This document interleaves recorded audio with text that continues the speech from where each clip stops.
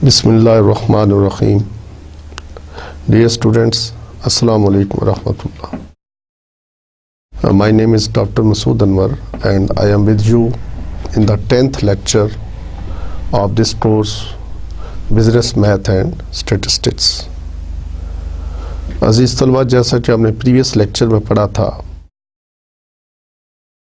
Types of events के बारे में, उसी चीज़ को हम आगे बढ़ाएंगे। अब मैं थोड़ा सा चाहूँगा कि पहले उस प्रीवियस लेक्चर को थोड़ा सा रिवाइज हम कर लें कि हम इस यहाँ तक क्या पढ़ चुके हैं। हमने प्रोबेबिलिटी को डिफ़ाइन किया, कंसेप्ट ऑफ प्रोबेबिलिटीज़ पढ़े, different concept, sample space, events, types of events, ठीक है, इक्वली लाइकली इवेंट्स, और उसके बाद आपने सिंपल इवेंट्स, कंपोजिट इवेंट्स, ये सारी डिफरेंट डेफिनेशंस थी जो हम ऑलरेडी पढ़ चुके हैं। इसमें फिर जब टाइप्स ऑफ इवेंट्स की बात हो रही थी तो उसमें हमने म्यूचुअली एक्सक्लूसिव और नॉन म्यूचुअली एक्सक्लूसिव को डिस्कस किया था प्रीवियस लेक्चर में। आज हम इंडिपेंडेंट इवेंट्स और डिपेंडेंट इवेंट्स को डिस्कस करेंगे और इस टॉपिक को ख़त्म करेंगे इंशाल्लाह, ठीक है। तो टाइप्स ऑफ इवेंट्स के अंदर इंडिपेंडेंट इवेंट्स क्या हैं, तो ये ऑलरेडी हम डिफ़ाइन कर चुके हैं एक्सरसाइज में से। आपने इसमें से क्वेश्चन, आज हम इससे रिलेटेड क्वेश्चन सॉल्व करेंगे और देखते हैं कि इसमें क्या है। तो प्रीवियस जो लेक्चर था उसमें एक क्वेश्चन हमने छुड़वा दिया था आपको, 6.18 का बी पार्ट था, जिसमें यह था कि कंडीशनल प्रोबेबिलिटी की इन्वॉल्वमेंट होती है, ठीक है। तो उसको हमने वहाँ पे इसलिए छोड़ा था कि हमने कंडीशनल प्रोबेबिलिटी और कंडीशनल जो है इंडिपेंडेंट इवेंट्स जो थे वो अब तक नहीं पढ़े हुए थे। तो आज हम इंडिपेंडेंट इवेंट्स और कंडीशनल प्रोबेबिलिटी और डिपेंडेंट इवेंट्स की बात करेंगे, ठीक है। तो सबसे पहले हम एक्सरसाइज का उसी क्वेश्चन को सॉल्व करते हैं जो 6.18 का बी पार्ट था, that was about the conditional probability. तो जो मैंने लॉज लिखे थे, laws of addition and laws of multiplication, तो लॉज ऑफ मल्टीप्लिकेशन में क्या है कि हम इंटरसेक्शन की प्रोबेबिलिटी को फाइंड करते हैं, ठीक है, ए इंटरसेक्शन बी की प्रोबेबिलिटी। तो मैंने उसमें थर्ड और फोर्थ पे लिखा था probability of A intersection B is equal to probability of A into probability of B. इसी तरह probability of A intersection B is equal to probability of A multiply with probability of B given A, and also it is equal to probability of B multiply with probability of A given B, ठीक है। तो ये इस तरह हम इसको लिख सकते हैं। अब आप देखें कि ये जो मैंने थर्ड पे लिखा था, फोर्थ पे कंडीशनल प्रोबेबिलिटी में लिखा था कि probability of A intersection B is equal to probability of A multiply with probability of B given A, ठीक है। तो यहाँ से हम इसको probability of B given A भी फाइंड कर सकते हैं। कैसे कि आप दोनों साइड पर प्रोबेबिलिटी ऑफ ए से डिवाइड कर दें, ठीक है। तो ये प्रोबेबिलिटी ऑफ ए यहाँ से रिमूव हो जाएगा और probability of B we can take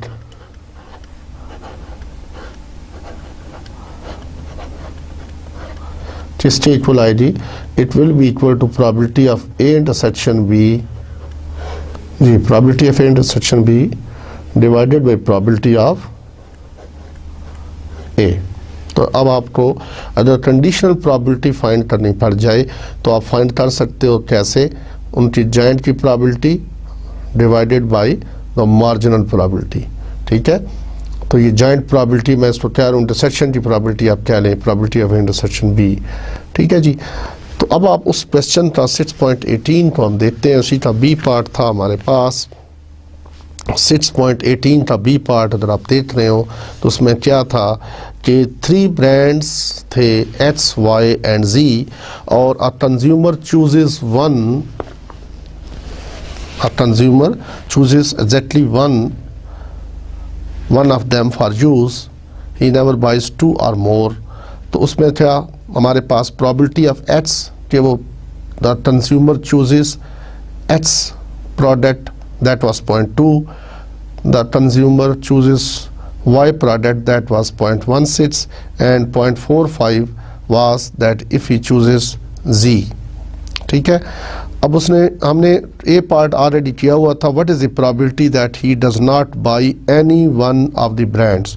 तो 1 minus probability of X complement intersection Y complement intersection Z complement था, ये हमने कर लिया हुआ था। अब वो क्वेश्चन ये करता है बी पार्ट में, given that a customer buys some brand, ये चीज़ हमें पहले से पता है कि एक आदमी जो है वो कोई चीज़ ब्रांड उनमें से खरीदेगा, ये वी नो दैट कि एक तीनों में से कोई एक ब्रांड वो लाजमी खरीदेगा। अब पूछता क्या हमसे, what is the probability that he buys brand x.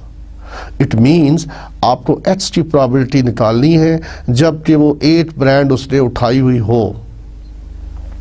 तो क्या होना चाहिए इसकी प्रोबेबिलिटी क्या है इसकी,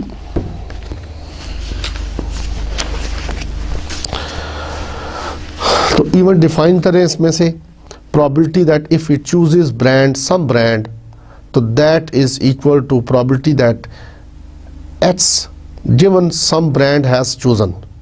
तो उसमें आप देख लें उसमें कौन सी चीज़ें आएंगी। अब नेक्स्ट इसमें से सैंपल स्पेस ऑलरेडी हमने बनाया हुआ था, बहरहाल मैं दोबारा बना देता हूँ उसमें कि इसमें क्या होना चाहिए।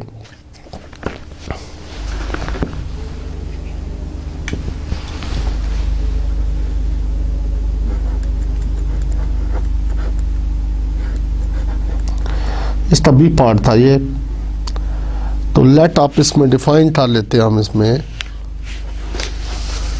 let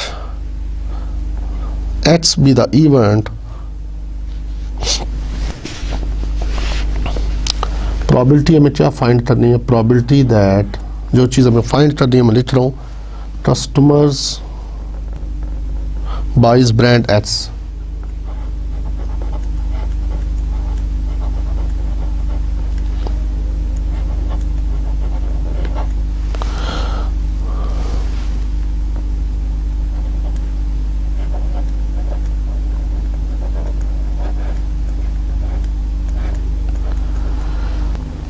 this is equal to probability हमने उससे पूछा है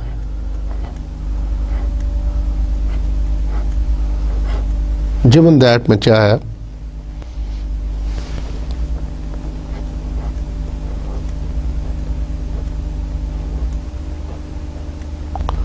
ठीक है। अब this is basically a event कि ही बाइज सम ब्रांड, तो सम ब्रांड जो है हमें पहले से पता है कि एक जो है ब्रांड वो लाजमी कस्टमर खरीदेगा, वी नो दैट। तो कंडीशनल प्रोबेबिलिटी का क्वेश्चन जब भी आप सॉल्व करोगे तो जो गिवन दैट वाली स्टेटमेंट है वो इसके नीचे वाली साइड पर आती है गिवन दैट में, और जिस चीज़ की प्रोबेबिलिटी फाइंड करनी है वो आपके लेफ्ट साइड पे आती है। यानी एक्स, आप देखें एक्स की प्रोबेबिलिटी हमने फाइंड करनी है, ठीक है, कि वो एक्स होगा, कि वो ब्रांड कहता है कि हमें पता है कि ब्रांड एट वो खरीदेगा, प्रोबेबिलिटी बताओ कि वो ब्रांड क्या हो, एक्स हो, ठीक है। तो इसको अगर मैं इसको लॉ अप्लाई करूँ कंडीशनल प्रोबेबिलिटी का जो हमने ऊपर लिखा हुआ है ये, तो ये किसके इक्वल आएगी, this is equal to probability of X intersection क्या होगा, X union Y union Z divided by probability of X union Y union Z, ठीक है। तो आप चाहें तो ये X union Y union Z तो किसी इवेंट के बराबर सपोज करके, सपोज इसको मैं किसी पी या क्यू या डब्ल्यू भी कह सकता हूँ, ठीक है, और डब्ल्यू के बराबर रख दें तो ये जो आपने लिखा है probability of X intersection W आ जाएगा और डिवाइज़र में डब्ल्यू आ जाएगा, ठीक है। इसको मैं यहाँ पर ए भी कह सकता था, ए के बराबर रखें, ठीक है। तो अब आप देखिए इसमें क्या है, तो ये जो इसमें आ रहा है ये एक्स जो है इसमें इंटरसेक्शन आप लेंगे तो दोनों का इंटरसेक्शन एच सी आएगा, तो ये प्रोबेबिलिटी ऑफ एक्स आएगी, और this is divided by probability of X plus probability of Y plus probability of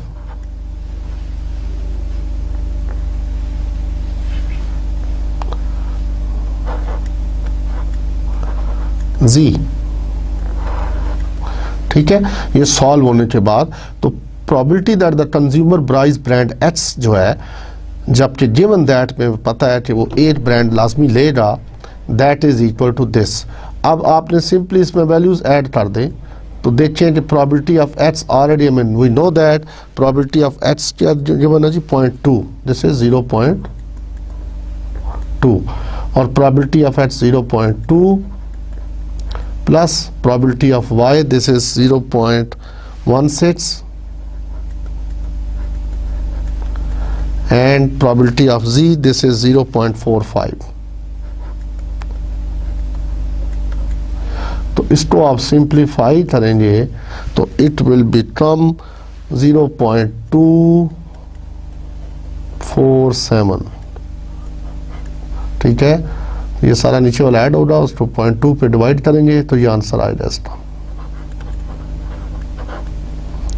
ठीक है जी, तो ये कंडीशनल प्रोबेबिलिटी का क्वेश्चन था जो हमने सॉल्व किया।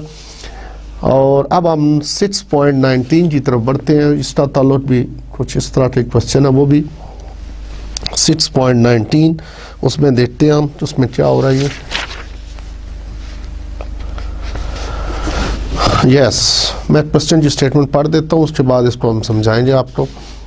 There is 50-50 chance that a customers that a contractors from firm A will bid for a construction of a multi storey building.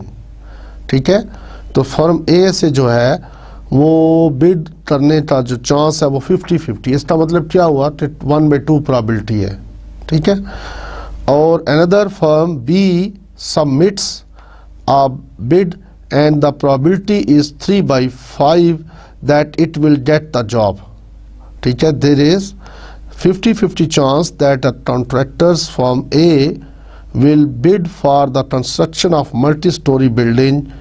Another firm B submits a bid that the probability is 3/5 that it will get the job, provided that the firm A does not submit a bid. ठीक है, तो ये conditional probability आपको दी हुई है यहाँ पर। If the firm A submits a bid, if firm A submits a bid, the probability that the firm B will get the job is only 2/3. यानी probability of B given A दिया हुआ ये probability of B given A, ठीक है, and that is 2/3. What is the probability that the firm B will get the job? What is the probability that the firm B will get the job? तो अब आप देखें इसमें event define करें, वो event already ए और be defined है और उनकी प्रोबेबिलिटी सिंपली लिख दें। तो प्रोबेबिलिटी ऑफ ए क्या है? ठीक है, that the contractors from A will bid for the construction of multi storey building. तो प्रोबेबिलिटी ऑफ ए डेट लिख देते हैं हम इसको। This is 1/2, probability of A is equal to 1/2।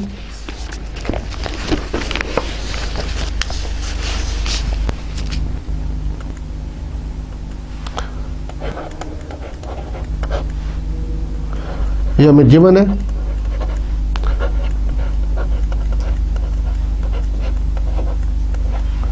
और उसके बाद दूसरी स्टेटमेंट क्या गिवन है कि probability of B given A, this is 2/3 and probability of B given A complement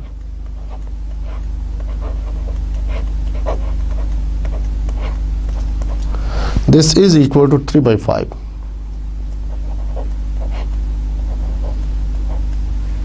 ठीक है, तो ये इंफॉर्मेशन आपको गिवन थी।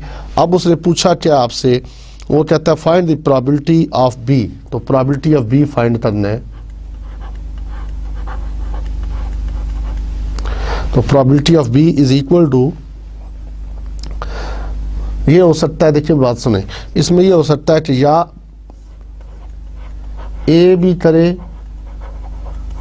और बी करे, और या ये हो सकता है कि प्रोबेबिलिटी ऑफ कि ए उसके लिए अप्लाई ना करे और बी अप्लाई करे। तो ये दोनों केसेस में एक चीज़ हैपन हो सकती है, ये आपस में म्यूचुअली एक्सक्लूसिव भी हैं। ठीक है, या ये हो सकता है कि ए और बी दोनों करे, या ये है कि बी करे और ए ना करे। तो ये इस तरह केसेस बन सकते हैं इसके। अब आप देखिए ये किसके इक्वल है, probability of A intersection B, this is equal to probability of A, वही लॉ हम यूज कर रहे हैं इंटरसेक्शन का, और this is equal to probability of B given A. और इसी तरह इसको आप कर सकते हो प्रोबेबिलिटी ऑफ ए कॉम्प्लीमेंट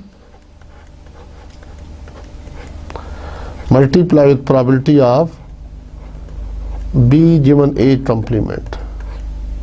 ठीक है, तो अब आप इसमें सिंपली वैल्यूज पुट कर दें। प्रोबेबिलिटी ऑफ ए इज 1/2 और B given A is equal to 2/3 plus A complement वो भी 1/2 ही होगा और B given A complement this is 3/5। ठीक है, तो इसको 1/2 कॉमन ले लें और 3 into 5 इसको सिंप्लीफाई करेंगे तो ये 19/30 आ रहा है।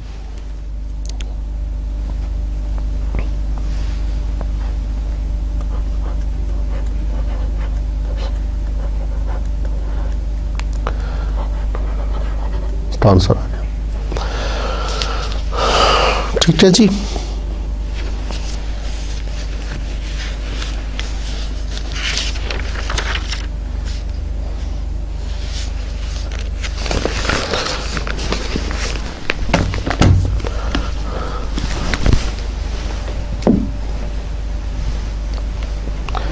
अजीज तलबा कुछ न्यूमेरिकल्स हैं इस एक्सरसाइज में मैं आपको करवाऊंगा। ये दूसरी बुक जो आपको मैंने रेफरेंस बुक आज ऑलरेडी लिखी हुई थी, जो फर्स्ट है आपने लेक्चर पढ़ा था उसमें मैंने कहा था कि ये बुक हम टेक्स्ट बुक के तौर पर यूज़ करेंगे, जो बिजनेस मैथ एंड स्टैटिस्टिक्स की शर्मा की बुक और SM शेर की बुक जो है इसको मैंने एज ए रेफरेंस के तौर पर यूज़ कर रहा हूँ। सिर्फ ये कुछ न्यूमेरिकल्स ऐसे हैं जिसमें कुछ वैरायटी ज़्यादा है, आप इसमें से एक्सरसाइज फ़ोटो कॉपी करवा लें या अपने पास रख लें और ये मार्केट में बुक अवेलेबल है, आम मिल जाती है, कोई इस तरह ज़्यादा मसला नहीं होना चाहिए। तो इसमें से हम कुछ न्यूमेरिकल्स जो कंडीशनल प्रोबेबिलिटी के और इंडिपेंडेंट इवेंट्स के बारे में कुछ करेंगे सॉल्व। ठीक है, तो अब आप देखिए इसकी एक्सरसाइज में चले जाएँ आप। पेज इसका है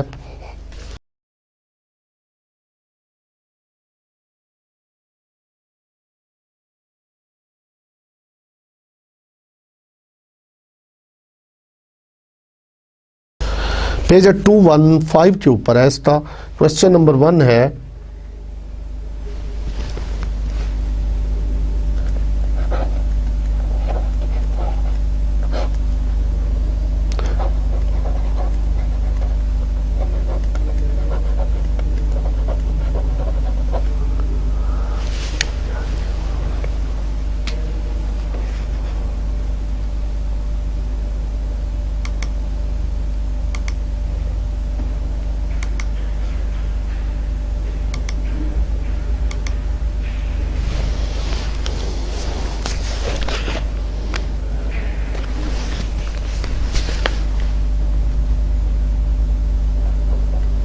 SM शेर की बुक में 25 पर।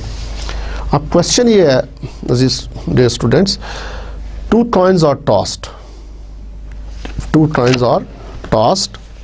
what is the conditional probability that the two heads results given that there is at least one head। तो जो भी इस तरह का given that की स्टेटमेंट के साथ आएगा क्वेश्चन, इट मीन्स इससे आपको पता होना चाहिए कि कंडीशन ऑफ प्रोबेबिलिटी का क्वेश्चन है गिवन दैट के साथ जब भी आएगा, और जो चीज़ गिवन दैट से पहले है उस चीज़ की प्रोबेबिलिटी आपको फाइंड करनी होगी। तो कहता है टू कॉइन्स आर टॉस्ड। तो जस्ट इतनी स्टेटमेंट पढ़ने के बाद मैं सैंपल स्पेस बना रहा हूँ। तो क्वेश्चन नंबर 1 है ये,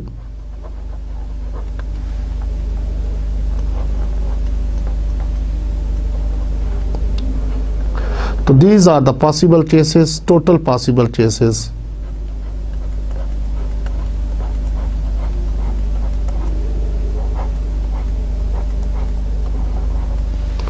ठीक है, what is the conditional probability that two heads results।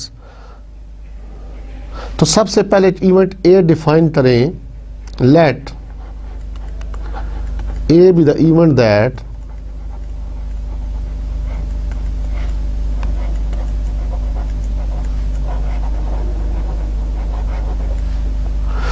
two heads appear।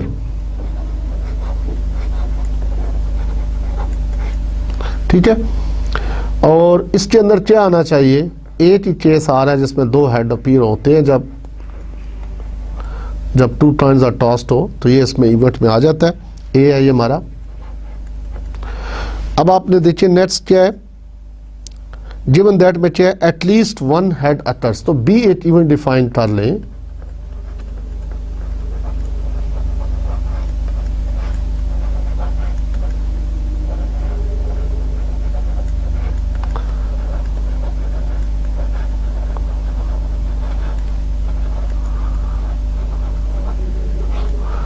At least one had अटर, तो आपको पता होना चाहिए एटलीस्ट से क्या मुराद है कि कम से कम 8 हेड आए, और इसका मतलब है ज़्यादा से ज़्यादा कितने हो सकते हैं, 2, क्योंकि हमने टाइम को 2 टाइम्स थ्रो किया हुआ है। तो ये सारे केसेस जो उसमें आ जाएंगे, एटलीस्ट वन हेड से मुराद क्या है कि 8 हेड हो, टेल हेड और हेड हेड, तो ये सारे केसेस में आएंगे। अब हमें उसने क्या पूछा है कि प्रोबेबिलिटी बताओ, probability of A given B, probability of A given B, कि probability of A given B is equal to probability of A intersection B divided bye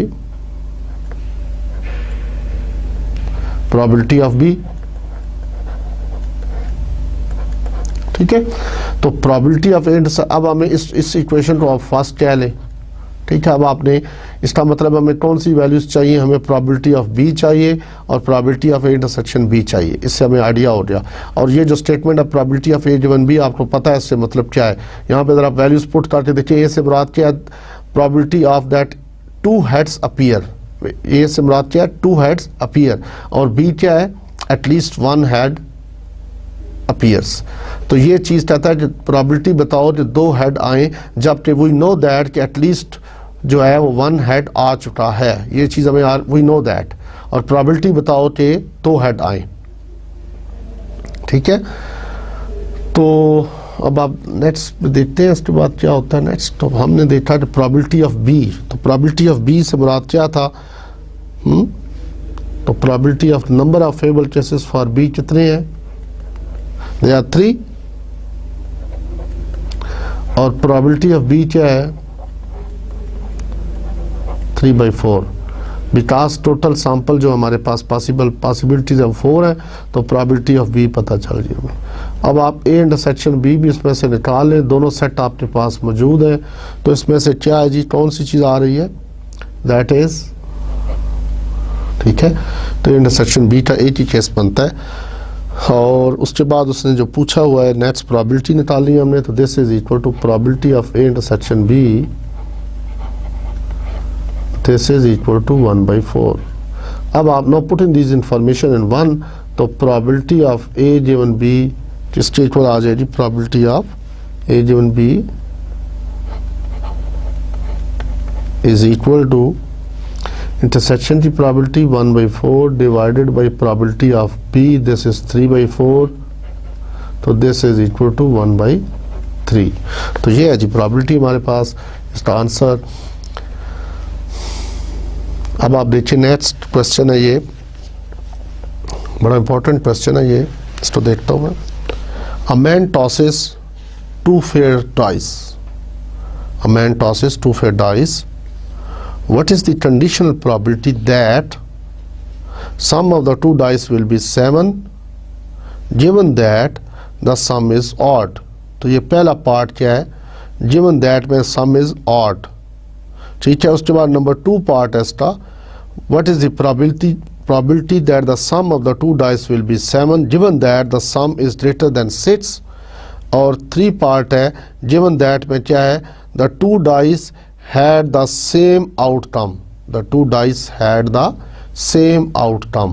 तो अजीज तलबा, जब भी डाइस का क्वेश्चन आए, डाइस से मुराद उसकी जमा कैसे है हम यूज़ करते हैं, यानी इसका मतलब 2 और मोर की बात हो रही है, तो 2 डाइस को जब थ्रो किया जाए तो सैंपल स्पेस क्या बनना चाहिए, तो वो आप पहले बना लें।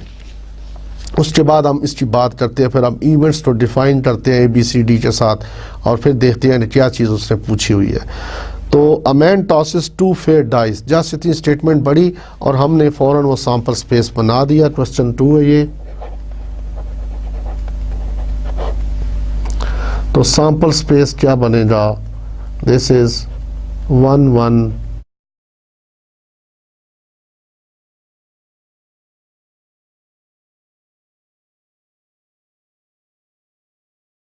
1 सेट्स, इसी के बाद 2 1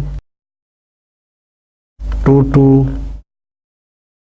2 3 2 4 2 5 2 6 3 1. These are all possibilities. These are all possibilities.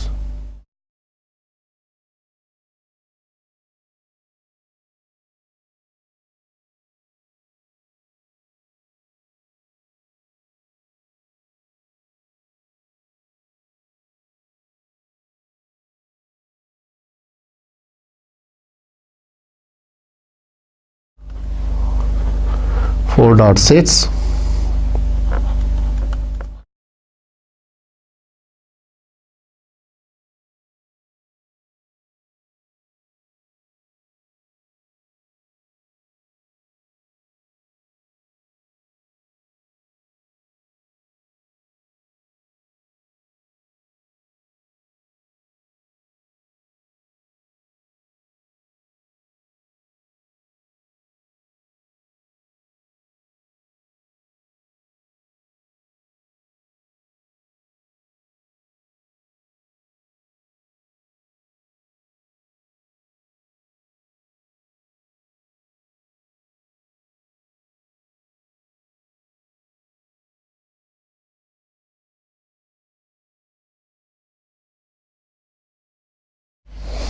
तो ये हमारा सैंपल स्पेस बनेगा जो 2 डाइस को रोल किया जाए। तो अब एक इवेंट ए डिफाइन करें, लेट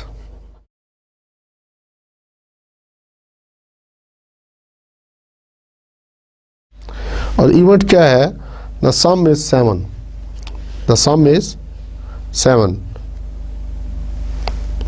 जिसकी हमने प्रोबेबिलिटी फाइंड करनी है। The probability that the sum is sum of the 2 dice it will be 7। तो हम जस्ट इसको लिख देते हैं, द सम इज 7। ठीक है, अब उसके बाद एक इवेंट बी डिफाइन करें।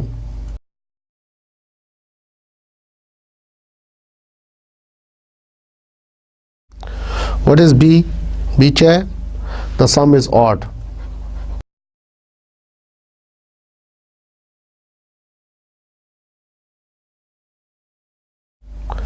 और सी इवेंट डिफाइन कर लेते हैं हम।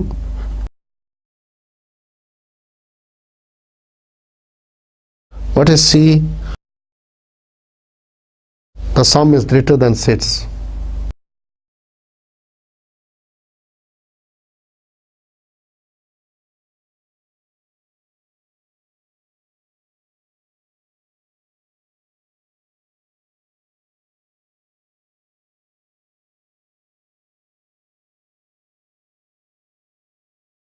और 8 इवेंट हम जितने पार्ट्स हैं सब इवेंट्स में डिफाइन 8 दफ़ा कर रहा हूँ। उसके बाद इवेंट हमने डी भी ले लें साथ, और डी इसमें क्या दिया हुआ था, उसने पूछा था क्या, the 2 dice had the same outcome, the 2 dice has the same outcome. तो यहाँ पे स्पेस हमारे पास पड़ी है, इसके ऊपर मैं डी बना देता हूँ, D with the event that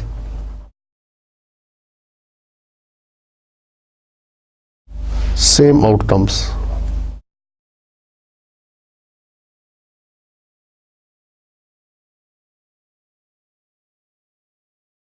ठीक है, सेम आउटकम से मुराद क्या है, 1 1 आ जाए, 2 2 आ जाए, 3 3 4 4 5 5 एंड 6 6। तो इस तलबा अब आप देख सकते हो कि उसने प्रोबेबिलिटी किस चीज़ के हमसे पूछी है। उसने पहले पार्ट के अंदर हमसे प्रोबेबिलिटी ऑफ ए पूछी है जबकि बी पहले हो चुका हो। ठीक है, तो किसके इक्वल है A? Probability of A given B. तो probability of A given B is equal to probability of A intersection B divided by probability of B. तो अब आप देखिए कि प्रोबेबिलिटी ऑफ ए क्या है, what is probability of A. तो बेहतर हो रहा है कि आप ये सारे इवेंट्स जो हैं इसको लिख लें अपने पास कि ए से क्या मुराद है, सम इज 7। तो 7 तब होता है सम जब 6 1 आए, 5 2 आए। ठीक है, तो ये सारे केसेस उसमें आ जाएंगे। मैं इसी के ऊपर हाईलाइट कर रहा हूँ, ये सारे केसेस जो हैं ये वाले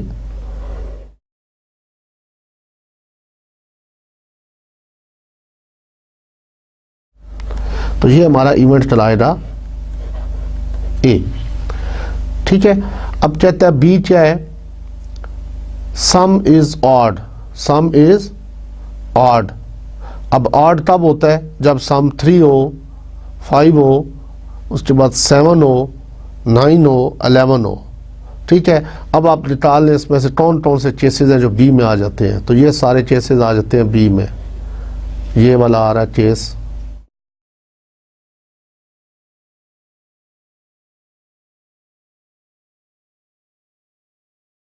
ये सारा केस आ रहा है,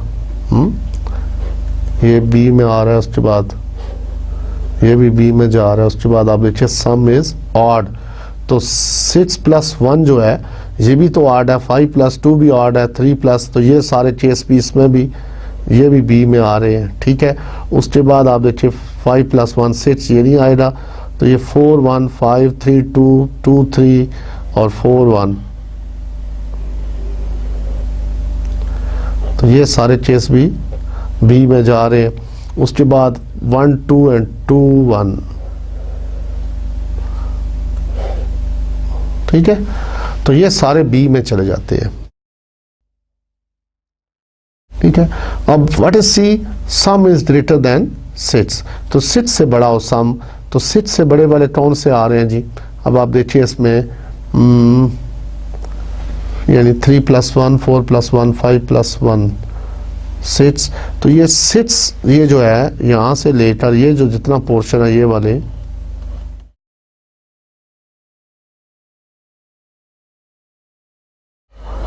ये सारे उस केस में इसमें आ जाएंगे, सम इज ग्रेटर देन 6 वाले, ठीक है। 5 1 को छोड़कर 6 1, यानी ये सारे इस केस में इसमें आ रहे हैं। तो अब बेहतर होगा कि आप इनको लिख लें अपने पास कि ए में कौन सी चीज़ें आ रही हैं, 1 2 3 1 सो ऑन, और उसके बाद बी में कौन से आ रहे हैं, सी में कौन से आ रहे हैं। मैंने इसको वहाँ पे हाईलाइट कर दिया है, आप इसको अपने पास लिख लें। इसकी प्रॉबिलिटी, उसके बाद इसके इंटरसेक्शन की प्रॉबिलिटी निकालना उसमें ईजी हो जाएगा। तो probability of A intersection B जो है, A given B, this is, तो प्रॉबिलिटी ऑफ हम पहले लिखते हैं प्रॉबिलिटी ऑफ ए, तो प्रॉबिलिटी ऑफ ए जो है दैट इज 6/36, ठीक है। प्रॉबिलिटी ऑफ बी क्या है, तो there are 18 cases under this, ठीक है। प्रॉबिलिटी ऑफ बी आ जाएगा, और probability of C this is 21/36। तो आप गिन सकते हो कि कितने केस है जो सी में आते हैं। और प्रॉबिलिटी ऑफ डी क्या है,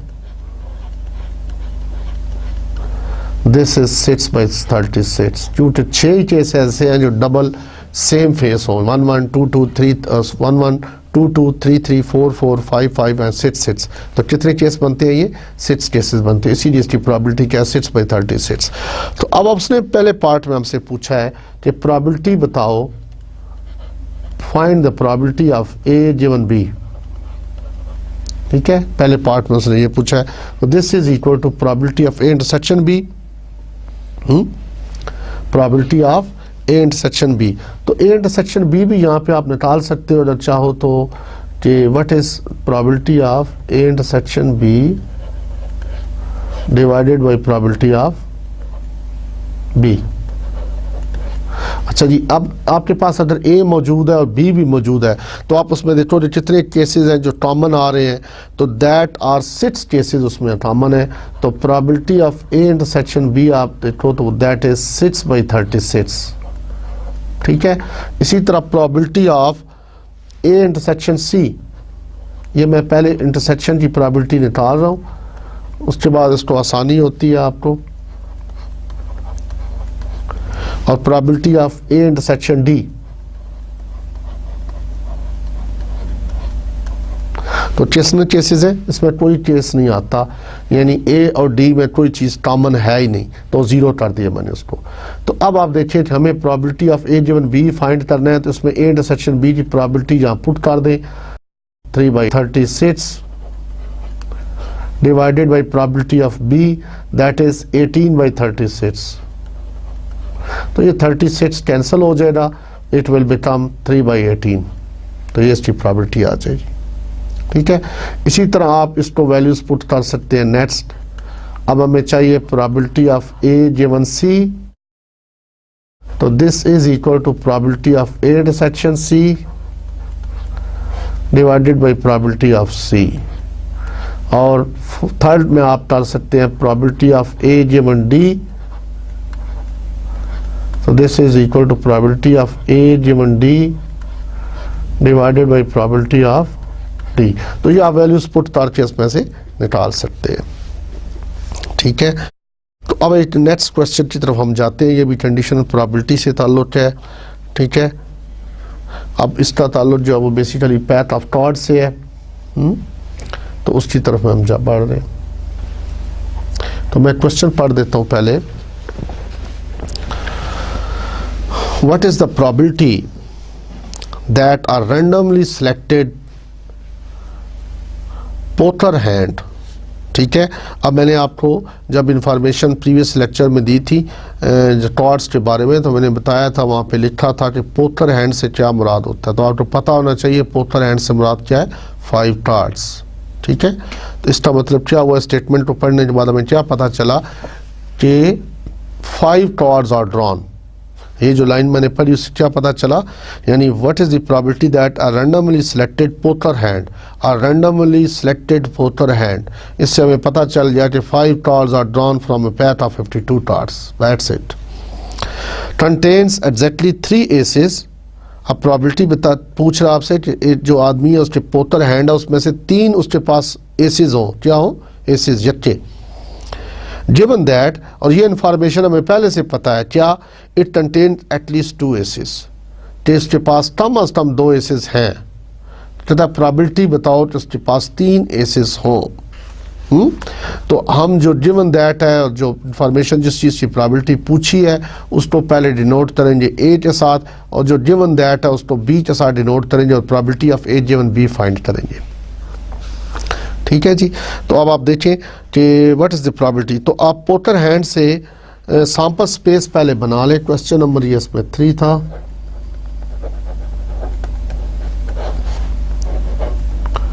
तो सैंपल स्पेस क्या बनेगा, 52C5। अब आप इसको हल कर सकते हो कैलकुलेटर पर, ठीक है। 52 लिखकर NCR प्रेस करो और 5 प्रेस करो, तो ये वैल्यूज आएंगी ऑलमोस्ट इसमें 5598960। मतलब अगर आप इसको यूँ भी रहने दोगे ना 52C5 तो वो एक्सेप्टेबल है, ठीक है। ज़रूरी नहीं है कि इसके बाद आप हल भी करो और पॉइंट्स तक लिखो, हमने सिर्फ देखना होता है। आपको कंसेप्ट आ गया, प्रोबेबिलिटी का आपको पता है कि फेवरेबल केसेस क्या हैं, टोटल केसेस कितने हैं, अगर आपने वो लिख दिया तो उसके भी मार्क्स मिल जाएंगे आपको। तो अब आप देखिए नेक्स्ट इवेंट हमने ए डिफाइन किया, तो लेट इवेंट ए डिफाइन करें।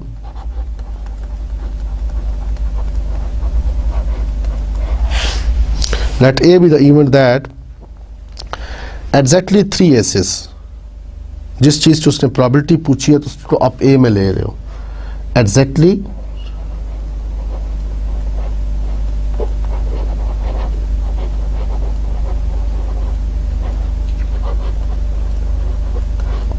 एसेस, और एक इवेंट बी डिफाइन कर दें जो given that one kitchen it contains at least 2 aces, at least 2 assess.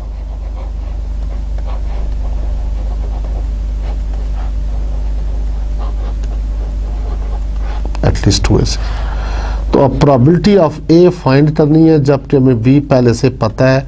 This is equal to probability of A intersection B divided by probability of B, ठीक है। तो A intersection B exactly 3 aces, तो सबसे पहले हम बी की प्रोबेबिलिटी निकाल लें, एटलीस्ट 2 एसेस। तो 2 एसेस में क्या होगा, number of favourable cases for B क्या होंगे भाई, 2 कम से कम 2 एसेस, तो टोटल एसेस कितने हैं 4। भाई 2 भी हो सकते हैं, इसका मतलब है 3 भी हो सकते हैं, क्योंकि हमने मैक्सिमम क्या किया हुआ है, एसेस जो हैं 2 भी हो सकते हैं, 3 भी हो सकते हैं, और पत्ते जो हमने टोटल 5 ड्रॉ किए हुए हैं तो 4 भी हो सकते हैं, ठीक है। अगर हमने 4 से ज़्यादा तो नहीं हो सकते ना, क्योंकि टोटल एसेस होते ही 4 है पैथ ऑफ टॉर्ड में, इसीलिए 2R3R4। तो जब 2 लिखेंगे तो एसेस में से निकालें 4C2, ठीक है। तो जब 2 पत्ते ये हो तो बाकी क्या हो भाई, 5 तो पूरे करने हैं ना हमने, तो बाकी हमें नहीं पता कौन से हैं, तो हमने 48 में से वो ले लिए रिमेनिंग 5, क्योंकि हमने टोटल 5 ड्रॉ किए हुए हैं। तो ये जहन में रखिए कि जो नीचे वाली फिगर है कॉम्बिनेशन में जो R वाली फिगर है, इन दोनों को ऐड करो 5, और ये जो टोटल सैंपल स्पेस का 5 है, ये दोनों इक्वल होने चाहिए। अब ये ना हो तो यहाँ पर 2 और 1 लिखा हो, ठीक है, कि हमने टोटल 5 जो है वो cards drawn, we have drawn 5 cards, तो 5 की जो नफरी है उसको पूरा होना चाहिए। अब आप देखिए एटलीस्ट 2 है, इस मीन्स 2 भी हो सकते हैं तो 3 भी हो सकते हैं। तो जब 3 हो सकते हैं तो बीच में R आया, एटलीस्ट आएगा तो R आएगा, तो R आया तो प्लस आया, और 4C3 एंड 48C2। अच्छा, आप मुझसे क्वेश्चन ये पूछ सकते हैं कि जी आपने 4 लिया और 48 लिया, तो 48 क्यों लिया, ठीक है। अब देखिए हम एसिस की प्रोबेबिलिटी निकाल रहे हैं, उसके फेवरेबल केसेस निकाल रहे हैं। तो हमने सिर्फ एसिस के बारे में, वी नो दैट कि उसने एसिस की बात की हुई है, तो हमने एसिस को निकाल लिया। अब हमें नहीं पता कि रिमेनिंग कौन से कार्ड है, तो हमने 52 में से 4 निकाले तो 48 रिमेनिंग बचे, तो जो रिमेनिंग पत्ते थे वो हमने उसमें से निकाले 48 में से, इसीलिए 48 लिया है, ठीक है। और नेक्स्ट देखिए इसके बाद क्या है, या ये हो सकता है कि चारों के चारों क्या हो, एसिस हो, और एक पत्ता जो होगा वो किसी और तरफ से आएगा, यानी 48 में से निकलेगा, ठीक है। अब 5 तक भी हम जा सकते, कैसे, क्योंकि हमें पता है कि टोटल जो है वो एसिस ही 4 है, तो एटलीस्ट 2 है, तो इट मीन्स 2R3R4, ठीक है। 5 नहीं हो सकता अब इसमें, क्यों, तो टोटल एसेस ही 4 है। तो ये सारे इसके फेवरेबल केसेस आएंगे, इसको आप सिंप्लीफाई करें और प्रोबेबिलिटी ऑफ बी निकाल दें। तो प्रोबेबिलिटी ऑफ बी निकालते वक्त क्या करना है आपने, ये तमाम को ऐड करें और डिवाइड करें 52C5 के ऊपर, तो प्रोबेबिलिटी ऑफ बी आ जाएगी, ठीक है। और प्रोबेबिलिटी ऑफ बी से पहले अब हम देखें probability of A intersection B निकालना है। तो ए इंटरसेक्शन बी से क्या मुराद है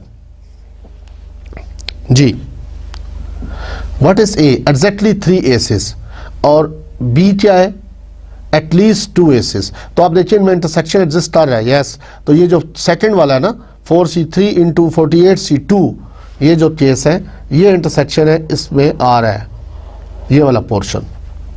अब आप देखिए इसमें दोनों में इंटरसेक्शन एग्जिस्ट कर गया ना, ए और बी में। ए क्या है, एग्जैक्टली 3 एसेस, तो ये ए आ गया, और बी क्या है, उसमें एटलीस्ट 2 एसेस, तो बी के ये सारे केसेस आ गए। इट मीन्स आपके पास ए इंटरसेक्शन बी जो है वो that is N of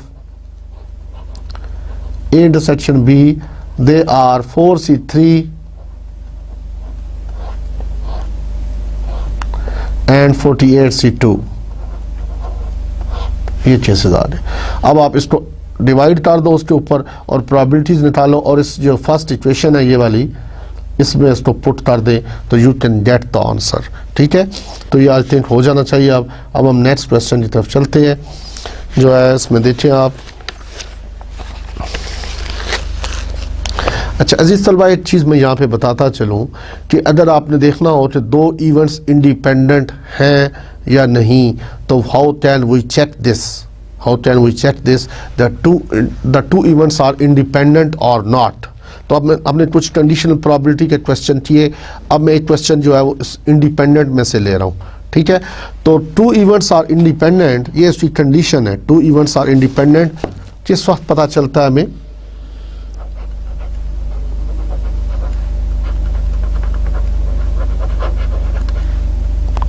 to events से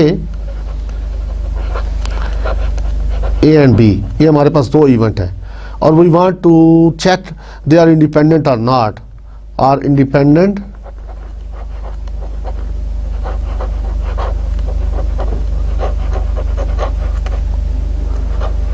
if, basically if and only if है, चले वो भी आप कंसेप्ट ले लें। इफ एंड ओनली इफ से मुराद क्या है कि मल्टीप्लिकेशन की प्रोबेबिलिटी जो है उसके पास बराबर if and only if probability of A intersection B is equal to probability of A into probability of B.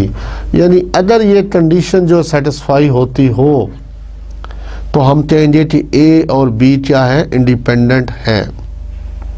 यानी left hand side is equal to right hand side अगर आ जाए तो हम कहेंगे A and B are independent. ठीक है,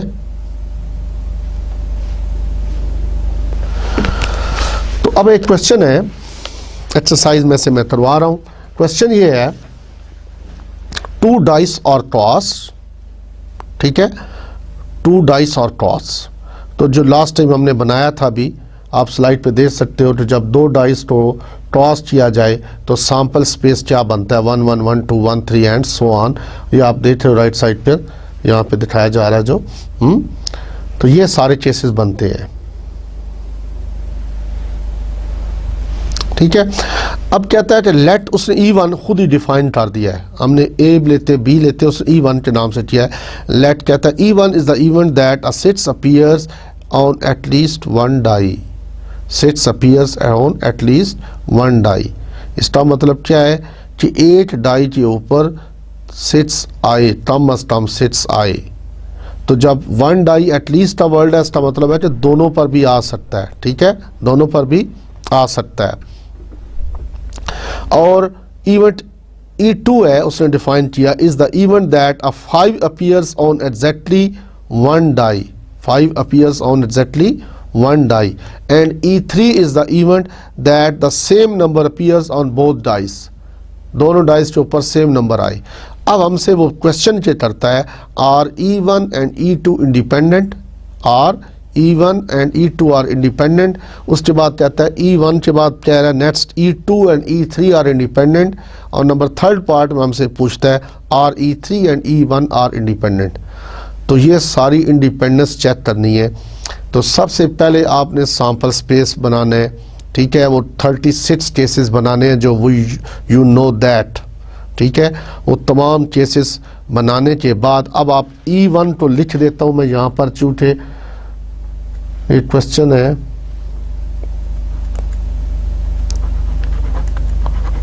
four पर है। तो E1 क्या है,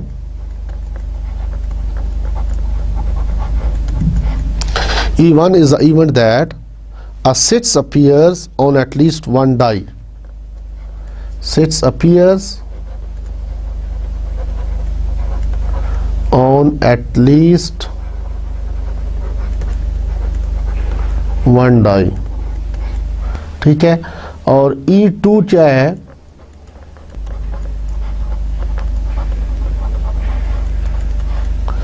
E2 is the event that 5 appears on exactly 1 die। 5 appears on, चलो लिख देता हूँ, on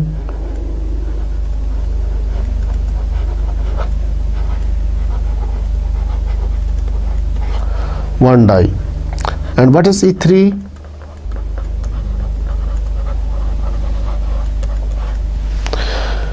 E3 is the event that same number appears, same number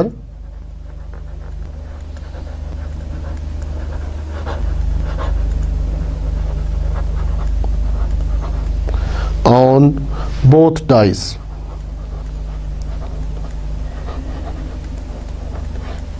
ठीक है, तो अब आपको पता चल गया E1 क्या है, six appears on at least 1 dice. इससे मुराद क्या है कि 8 डाइस के ऊपर सिट्स आए तो 2 पर भी आ सकता है। तो वो सारे केसेस कौन से हैं जी, जो six 1, six 2, six 3, six 4, six 5 and six. इसी तरह 1 six, 2 six, 3 six, 4 six, 5 six, ये सारे केसेस इसमें आएंगे। तो ये मैं आपको दिखा रहा हूँ, आप देखिए इसके ऊपर ये जो राइट साइड पर एस बना हुआ है, तो देखिए तो सिट्स कहाँ पे आ रहा है। ये जो नीचे वाली लाइन है that is six 1, six 2, six 3, six 4, ये, और इसी तरह ये ऊपर चले जाएं तो ये सारे केसेस इसमें आ जाते हैं एटलीस्ट 1 में। तो these are the 11 cases, they are 11 cases.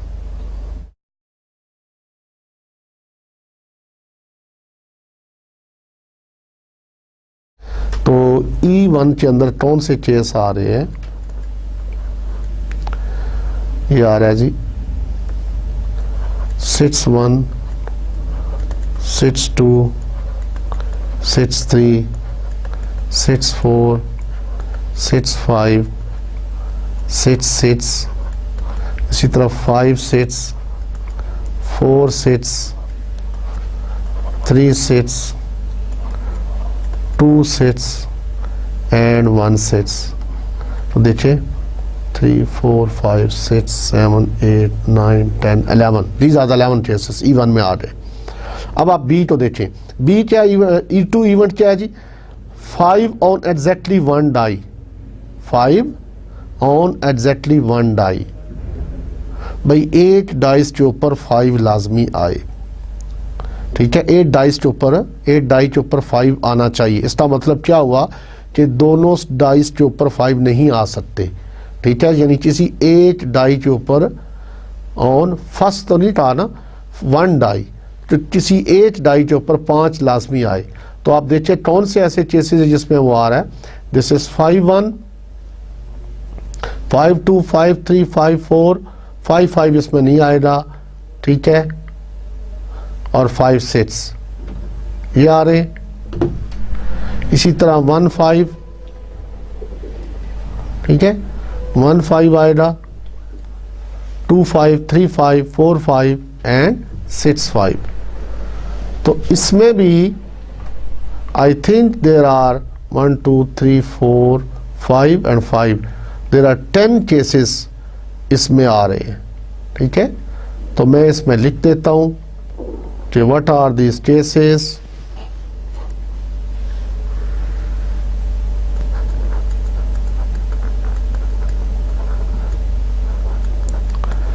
Five 1, 5 2,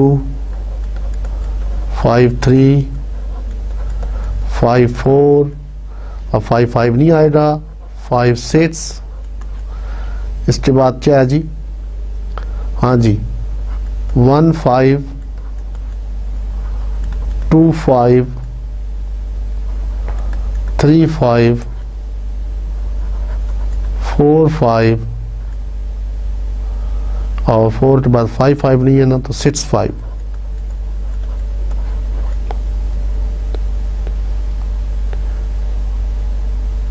तो दीज आर द 10 केसेस जो इसमें एग्जैक्टली 5 में आएंगे कि किसी 8 के ऊपर 5 लाजमी आए। अब अगर वो फर्स्ट डाई क्या देता तो हम सिर्फ ये 5 1, 5 2, 5 3, 5 4, 5 6 वाले लेते। अब उसने क्या कि किसी 8 के ऊपर 5 लाजमी आए, 5 का डिजिट लाजमी हो, ठीक है, तो ये केसेस उसमें आएंगे। और नंबर 3 जो क्या है,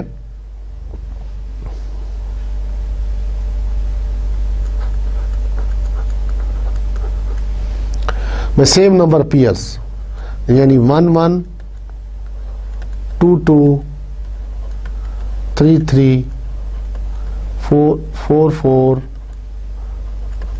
5 5 एंड 6 6। ठीक है अजीज तलबा, तो ये हमने E1, E2 और E3 बना दी। अब इसलिए कि हमें आसानी होगी, प्रोबेबिलिटी ऑफ E1 अगर मैंने निकालनी है तो 11 केसेस की फेवर में आ रहे हैं, 11/36 हो जाएगा। प्रोबेबिलिटी ऑफ E2 क्या होगा? 10/36। प्रोबेबिलिटी ऑफ E3 क्या होगा? 6/36। ठीक है, ये तो आसान है, हम निकाल लिया। अब साथ साथ इसके इंटरसेक्शन की प्रोबेबिलिटी भी निकाल लें, because we have to prove that, या we have to show that, we have to show that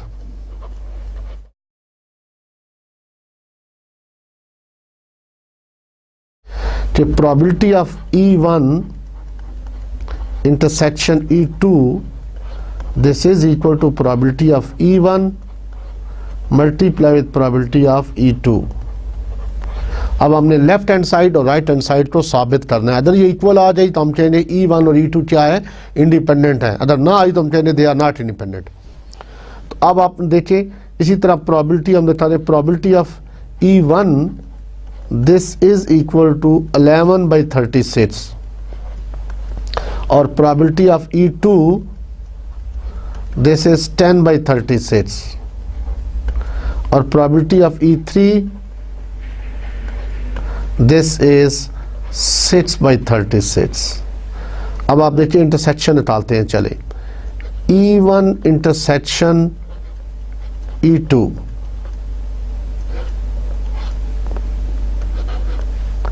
तो कितने केसेस आते हैं इसमें E1 इंटरसेक्शन E2 में?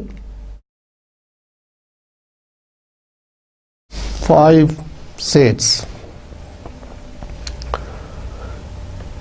जो जो केसेस इंटरसेक्शन में एग्जिस्ट करते हैं वो देख लें, 5 सेट्स आ रहा है। ये मैं इनको हाईलाइट करता जा रहा हूँ, कितने केसेस हैं वो, ये देखिए 5 सेट्स, इधर भी है और इधर भी है, ठीक है। 8 केस ये हो गया। 4 सेट्स नहीं है, 3 सेट्स, 8 मिनट, 3 सेट्स नहीं है, इसी तरह 2 सेट्स, 2 सेट्स, तो 5 सेट्स और 6 5 ये भी कॉमन है और ये भी कॉमन है, ठीक है। और 3 5 के साथ 4 सेट्स नहीं, 1 सेट्स इधर भी नहीं है, तो it means there are 2 cases जो इंटरसेक्शन में एग्जिस्ट कर रहे हैं। 6 1 6 2 6 3 2 5 5 6 6 5, 2 ही है जी। तो लिखते हैं यहाँ पर 2, क्योंकि एन ऑफ लिखा है ना। अगर आप E1 इंटरसेक्शन E2 लिखें तो आप लिखते हैं 5.6 6.5, और N of E1 intersection E2 क्या होगा 2, और प्रोबेबिलिटी क्या होगी, probability of E1 intersection E2 this will be equal to 2/36। ठीक है जी। अब आप देखें इसको ज़रा, ये अगर हम इसको इक्वेशन नंबर 1 कहते हैं यहाँ पर, ठीक है, इसमें पुट करके देखें तो 2/36 लेफ्ट हैंड साइड पे आ रहा है और राइट हैंड साइड पर क्या है, प्रोबेबिलिटी ऑफ E1 11/36 और multiply with probability of E2 that is 10/36। तो देखिए 1 10/36 और ये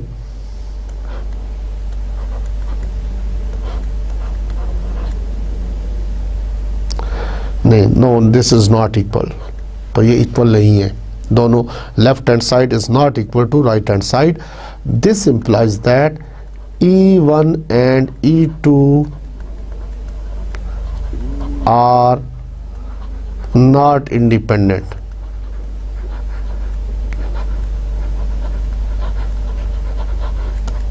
ठीक है। अब आप सेकंड पार्ट की तरफ जाएं तो हमने E1 के बाद जिस चीज़ को देखना है उसके बाद नेक्स्ट देखना था हमने E2 और E3 को देख लें या E1 और E2 को देख लें। E2 E3 कर लेते हैं, E2 and E3, E2 and E3।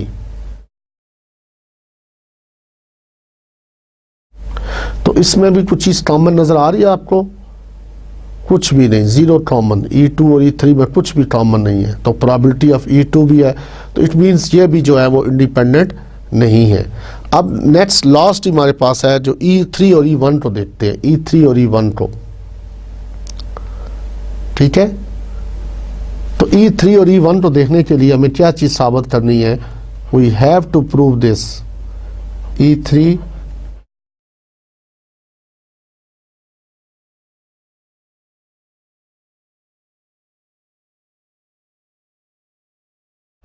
हाँ जी, अगर ये स्टेटमेंट इक्वल हो तो हम कहेंगे ठीक है ये इंडिपेंडेंट है। अब आप देखें E3 की प्रोबेबिलिटी क्या है, व्हाट इज E3 की, 6/36।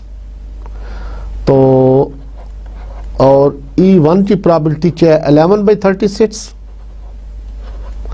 तो 6/36 ये 1 और ये 6 पे चला गया, ख़त्म।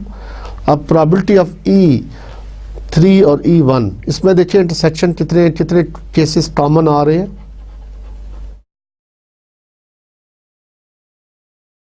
How many cases are there E1 और E3 में?